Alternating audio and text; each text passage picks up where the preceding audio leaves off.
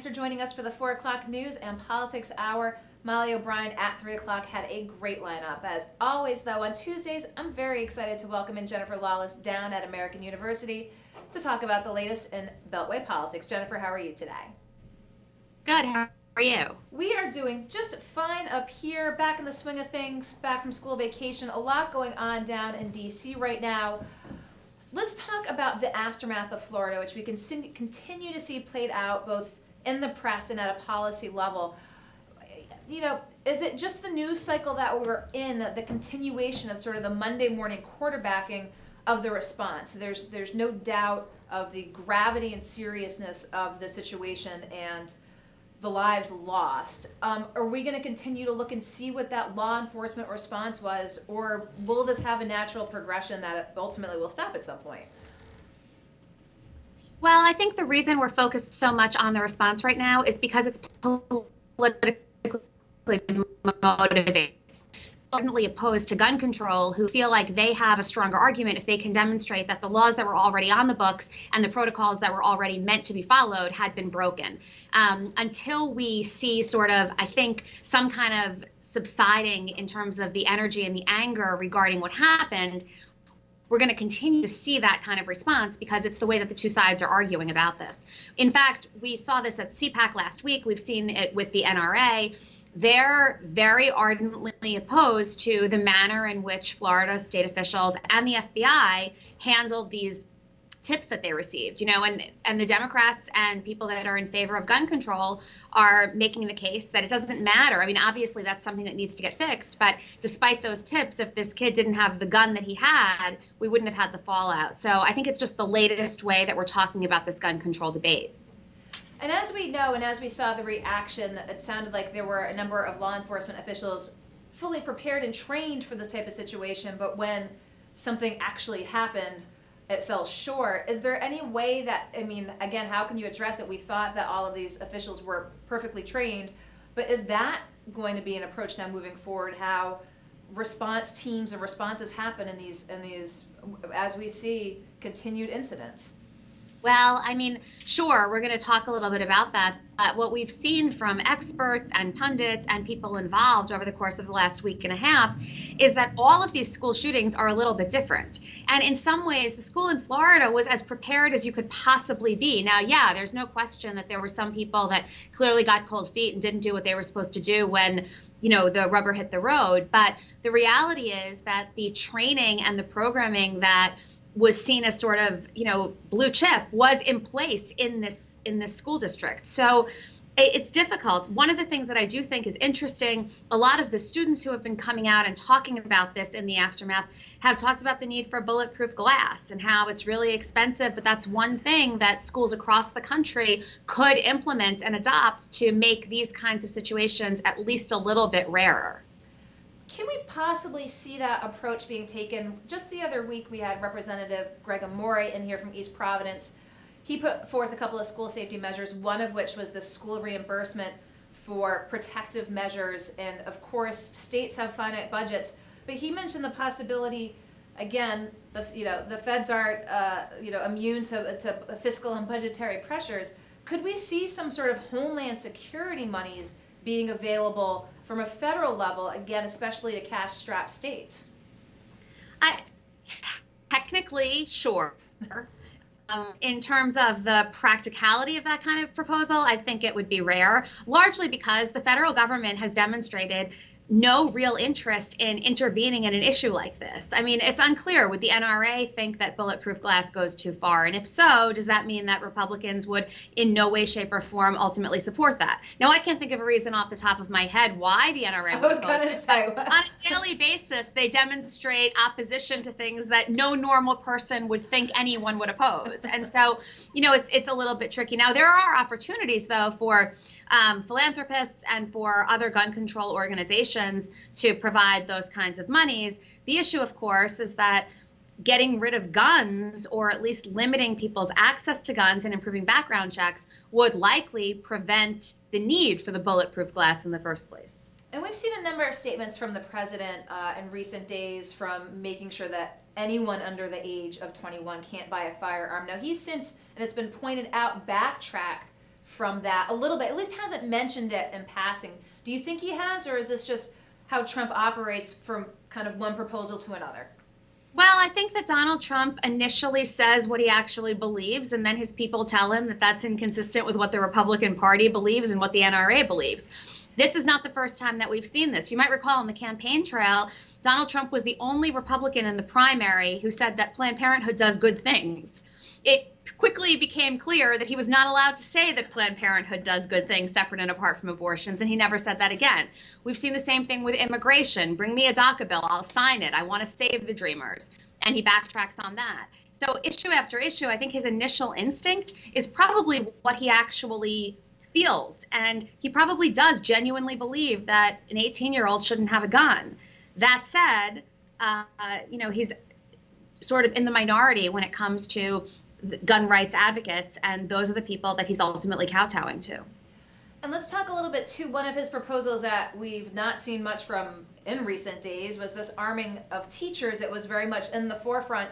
Do you think that this was a realization that this can't be mandated from a federal level, that this would be something at the states level, that, tosses something out there, and we see the political difficulties of making such statements?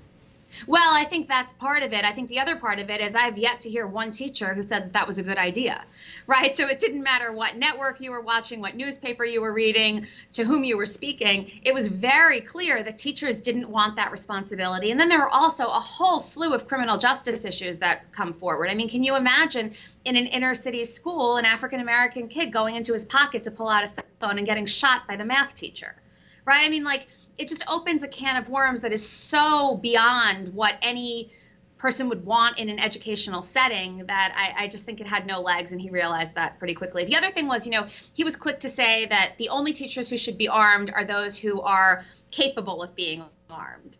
Well, again, it's unclear how you determine that. Are you now doing teacher testing and shooting range practice? The whole thing is just kind of beyond the pale when it comes to legitimate and feasible school reforms. And as we've often seen from this administration and the president himself, he is savvy with the media oftentimes. I mean, do you think, as you said, oftentimes his first reaction or his first statements tend to be what you think he possibly believes, but in that instance, is that sort of a bone to the NRA to say, hey, I support everyone's right to bear arms?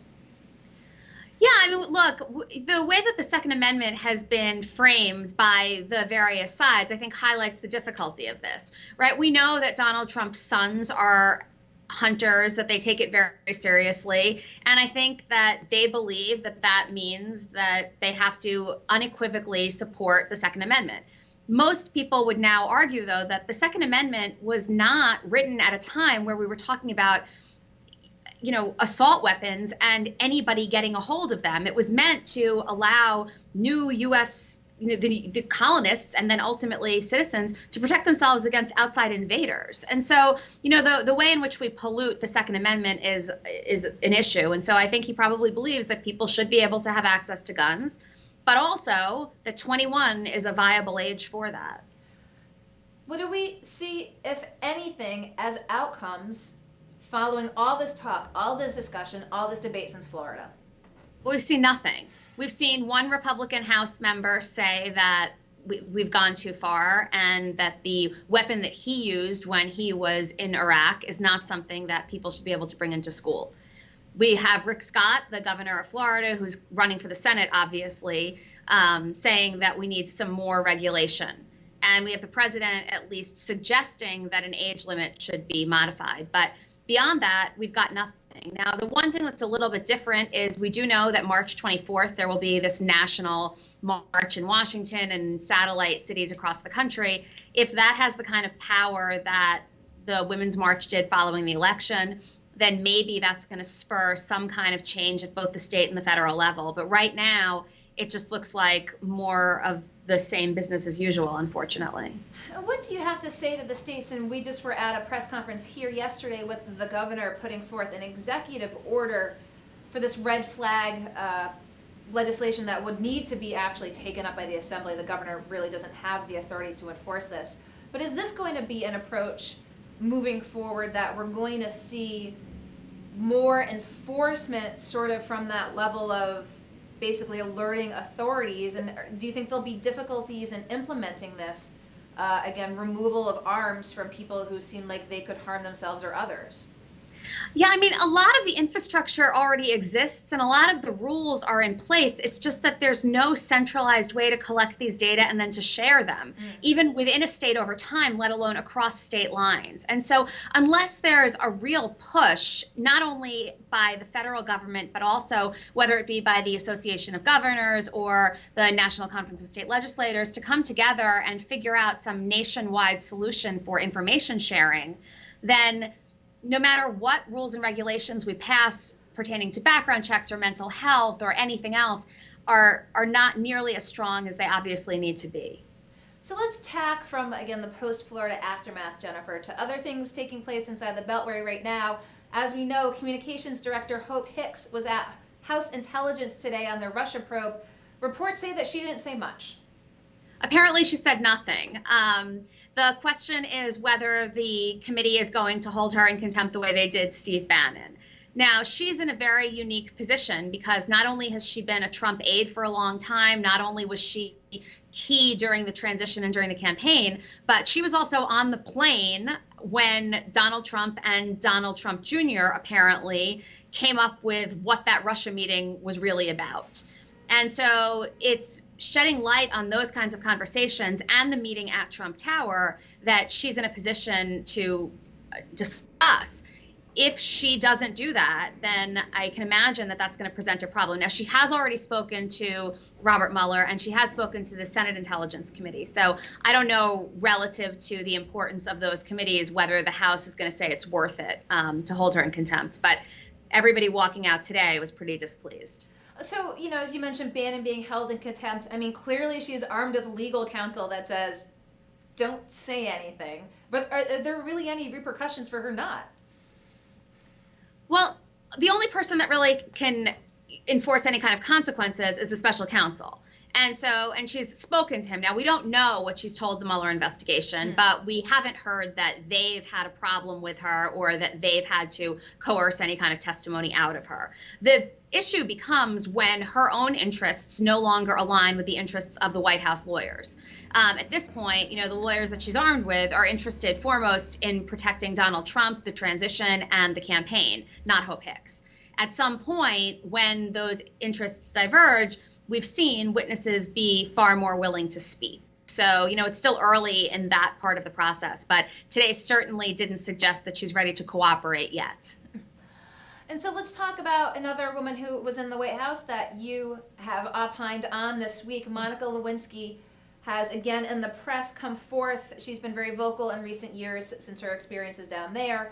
But since she was approached, I believe, by the founder of the Me Too movement and sort of re-interjected herself into the conversation, sort of taking the step back from what she said was the consensual affair with the president and saying maybe it was a power issue, and you had some comments in the Washington Times.